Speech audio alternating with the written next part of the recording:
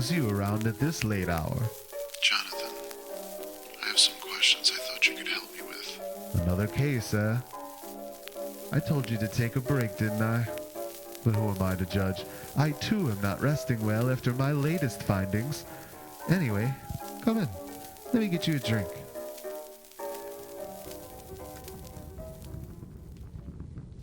When you say latest findings, I assume you are once again working on something beyond your practice. Well, you know me. I never pass up the opportunity to fund research into new discoveries.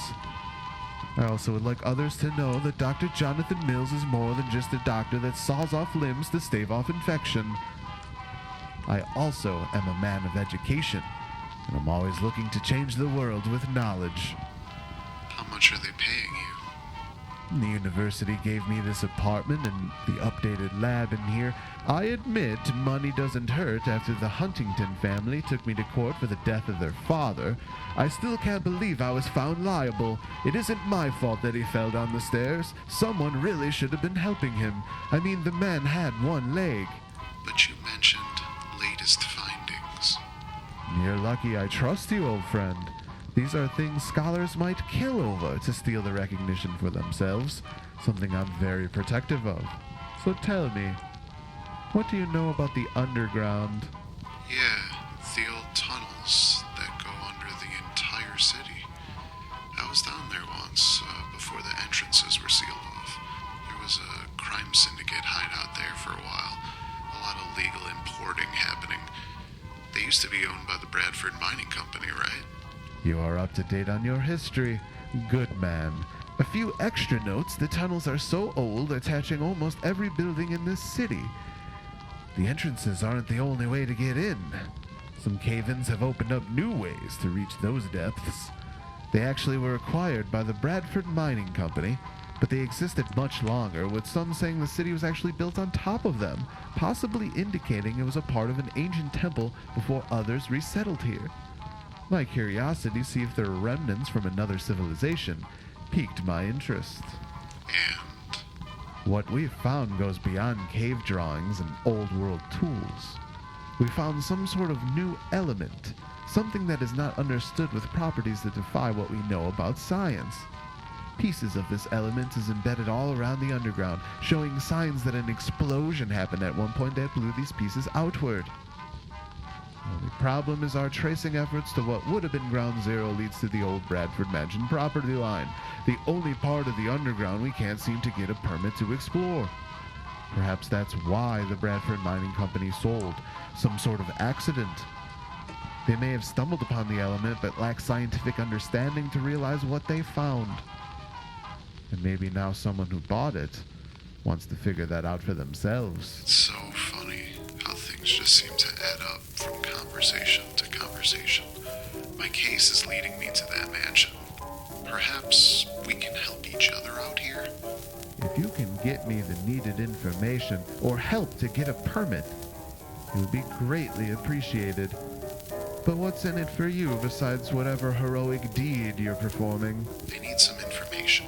Probably unrelated, but something I need to know in order to assess the supposed victim of my case.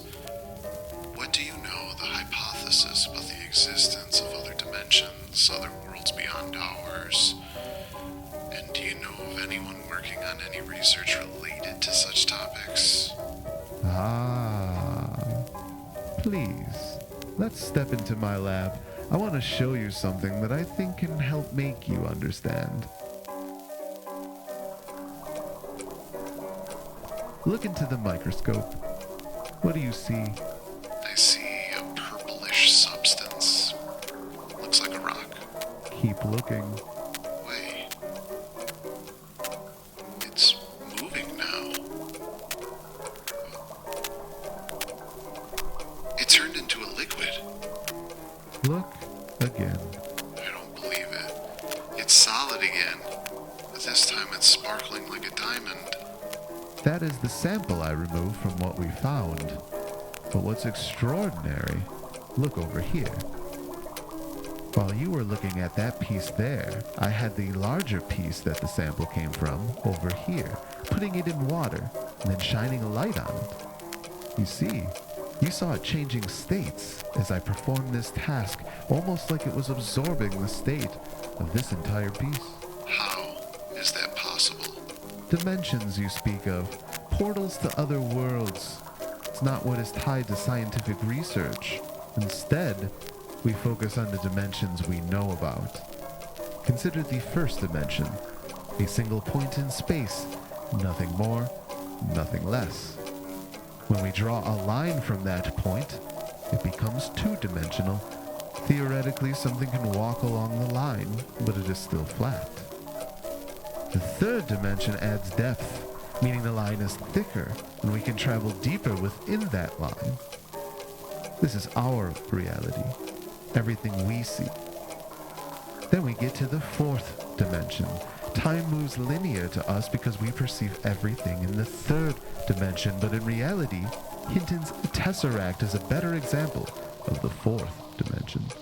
Taking two three-dimensional cubes and connecting them in a two-dimensional space, there are 8 extra lines, allowing the two cubes to be attached.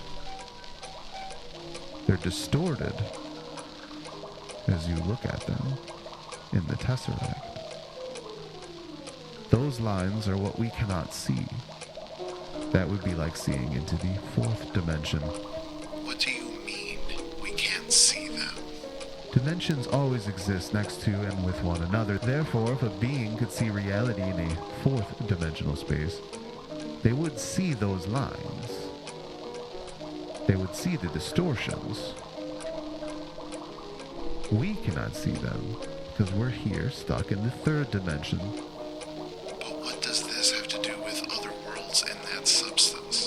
What is being witnessed with this substance is that it somehow allows us to see beyond the third dimension. Some sort of property, allowing our eyes to see the unseen. It's incredible. When I place this into water, it somehow projects onto the other pieces. It isn't just limited to this lab. If someone was underground right now, they would be witnessing the changes if they found more of the substance. Wait, if what you're telling me is true, then this substance is from the fourth dimension. Or another one, as I said, we're also taught that time is a part of the fourth dimension. My hypothesis right now is that there was a major explosion well in the past that was so powerful, it actually ripped through dimensions and broke down the normal barriers of physics, possibly why the underground was abandoned when this area was settled. I believe this substance exists all around us, but is usually hidden. But since it was propelled into three-dimensional space by this explosion, it can now be seen by us. But this is just a guess right now. A lot of work needs to be done. My mind is having a hard time comprehending this. I still don't get the portals to another world part. Where's that even come into play? Remember, the tesseract is the connection of two 3D cubes. So if our world is one of the cubes, then what world is the other? The fourth dimension of space is all of it together, but because we cannot see those extra lines, we also cannot see the other cube. And some people believe there's a way to punch through the fourth dimension to reach the other cube? Yes, non-educated hogwash. To me, that is an explanation of someone who is too lazy to use the scientific method. To me, the other cube is just another perception of what we already know, not another world. But to someone who does believe it, they might do something drastic to reach their goal. Yes. Your question of whether anyone else is researching this topic. I do know of someone new to town who is going to the library quite often. I noticed him myself. A strange man wearing a cape and a top hat. Worried, I asked around. He's apparently living at the old Bradford mansion. I believe he's the reason why I'm not allowed to investigate the area where this substance might have originated from. But I must trust my own methods. I do not know what this man knows, and it could be nothing. Or it could be too much. Johnny told me a new group, possibly government types, have control of the Bradford mansion. They were buying up explosives. Do you have a name of this man?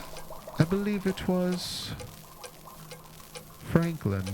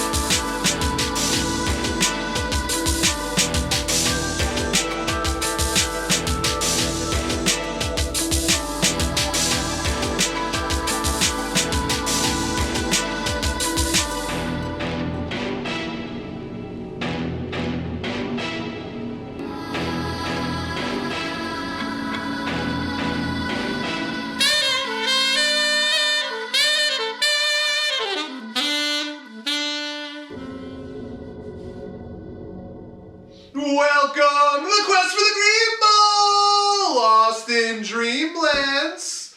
Week 5 had a few statement wins in our league, some heartbreakers, and still not a lot of separation in the middle of the pack, though 2 teams may be on life support already with just 1 win. But there is still time to turn things around. Bye weeks will mess with lineups and injuries happen every single week. Still a long way to go, but the teams over 500 are clearly feeling better than the rest of the league. One of the teams on life support had a tough road matchup in the last as Air Jordan traveled to take on Pounders in Beijing 31-45.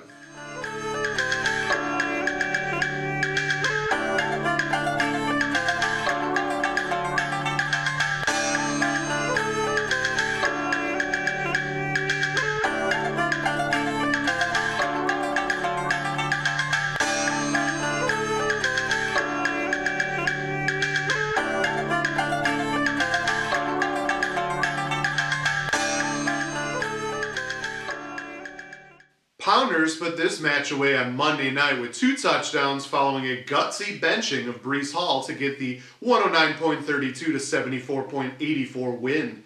The wrong quarterback of 3 options was chosen once again. Lamar Jackson had 41 points on the bench, but Jaden Daniels didn't do terrible, collecting 82 rushing yards to go along with 238 passing yards and a touchdown. James Cook added 99 yards and a touchdown.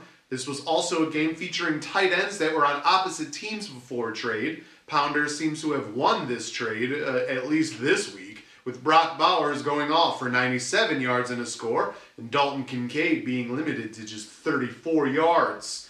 The Seahawks defense added a touchdown to salvage their day, and Rashid Shaheed and Xavier Worthy reached the end zone on Monday night. Air Jordan was led by Tyrone Tracy, who had 130 yards, and the Packers defense with 3 sacks, an interception, and a fumble recovery. Both players to watch did their jobs. Pounders won the battle with James Conner, who finished with 100 yards and a 2-point conversion. Javonte Williams didn't score, but he did finish with 111 yards for Air Jordan. Air Jordan falls to 1-4 and is now 3 games back in the American Void Division. Pounders moves to 3-2 and takes over sole possession of first place in the Asia Pacific Void with a tiebreaker over Risky Business. Hey guys, this is Pounders here. Honestly, pretty solid week. It's my first week of teaching, so I didn't really look too much at fantasy football. I didn't even watch Good Morning Football this week, but knowing that I beat the homie, the one that put me into this league, pretty happy, right? Jaden Daniels, touchdown. James Cook, touchdown. James Conner, 2-pointer. Rashid Shaheed, touchdown. Worthy, touchdown. Bowers, touchdown. My boy Cairo didn't do too much. That's all right. Still love him. He's Brazilian. Always going to stick by him. Seahawks defense, they did not cook how I thought they were, but they did just enough, So, good week for the team, and we're ready to rebound and do a little bit better, okay? Thank you.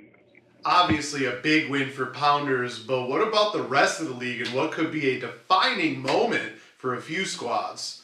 Let's get the results in the best of the rest.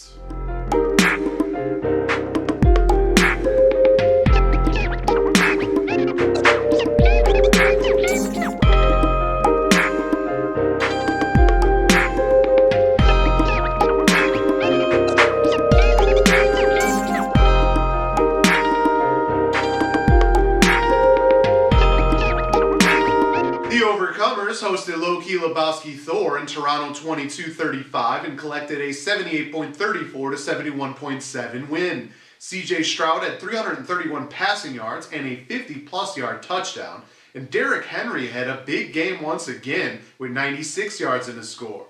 Wandale Robinson added a touchdown too. Lebowski Thor had touchdowns by Deshaun Watson and Alan Lazard. Pat Freiermuth also found the end zone, but none of those players really had a lot of yards. The Broncos defense led Lebowski Thor with 3 sacks, 3 interceptions, and a touchdown of their own. The Overcomers are now 3-2 and just 1 game back in the American Void in a very strong division. Lebowski Thor falls to 1-4 and is 2 games back in the European Void.